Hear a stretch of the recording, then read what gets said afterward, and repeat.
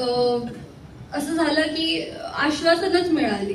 मी मागच्या 1-1.5 वर्षापासून मी सगळीकडे जाते की माझा असं प्रॉब्लेम आहे, मला आता बिंग अ ब्लाइंड आणि लेट ब्लाइंड, त्याच्यामुळे मला ब्रेल नाही पॉसिबल आहे आता.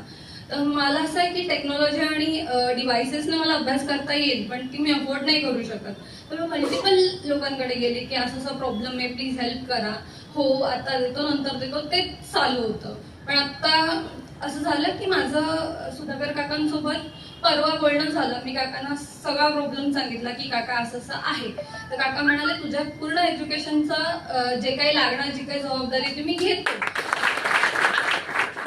आणि त्याच्यानंतर काल त्यांनी मला परत फोन केला, बाळा मी बाकी सगळं बघतो, पण तुझ्या विजनचं काय होऊ शकतं का? तर मी म्हणाले की काका, त्यांना सांगितलं मी की रेटिना माझा सिव्हिअर प्रॉब्लेम आहे रेटिनाचा, जो भारतात तर नाही होते आणि बाहेर होतोय, पण त्याची पण गॅरंटी नाही आणि त्याचा खर्च आय थिंक कोट्यांमध्ये. तर काका म्हणाले मला, तू तुझं जे रिपोर्ट्स आहेत ते पाठव, मी बघतो काय करता येईल ते. आणि आज तर त्यांनी टॅब अवेलेबल करून दिला. पण असं आहे ना की मला सॉरी मी थोडा पर्सनल बोलते, पण बिंग अ ब्लाइंड पर्सन आता 2-3 वर्ष झाले मी बघितलं, लोक येतात, मदत म्हणून ना ते काठी देतात होतात, त्याला आमच्या भाषेत केन म्हणतात. आणि त्यांना असं वाटतं की ठीक आहे आम्ही भरपूर मदत केली, पण अशी लोक भरपूर कमी आहेत जे विचार करतात की नाही, हिला ह्या काठीची किंवा कोणाच्या याची आधाराची गरज नाही लागली पाहिजे, असं करू. आणि त्याचा विचार काल काकांनी केला आणि विचारलं की तू तुझे रिपोर्ट्स पाठव, आपण बघू वगैरे.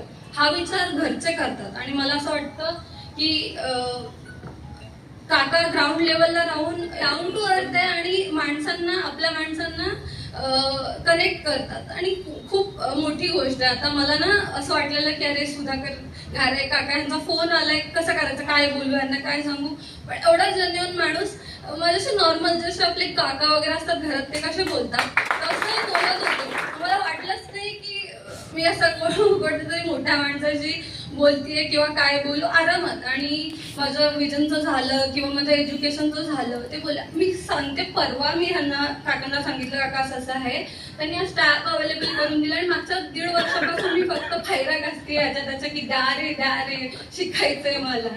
की आम्ही जेनझी प्रॉमिसवर नाही, कामांवर विश्वास ठेवतो. आणि ते माझं झालं, एक बोला ना, आय एम व्हेरी ग्रेटफुल त्याच्यासाठी की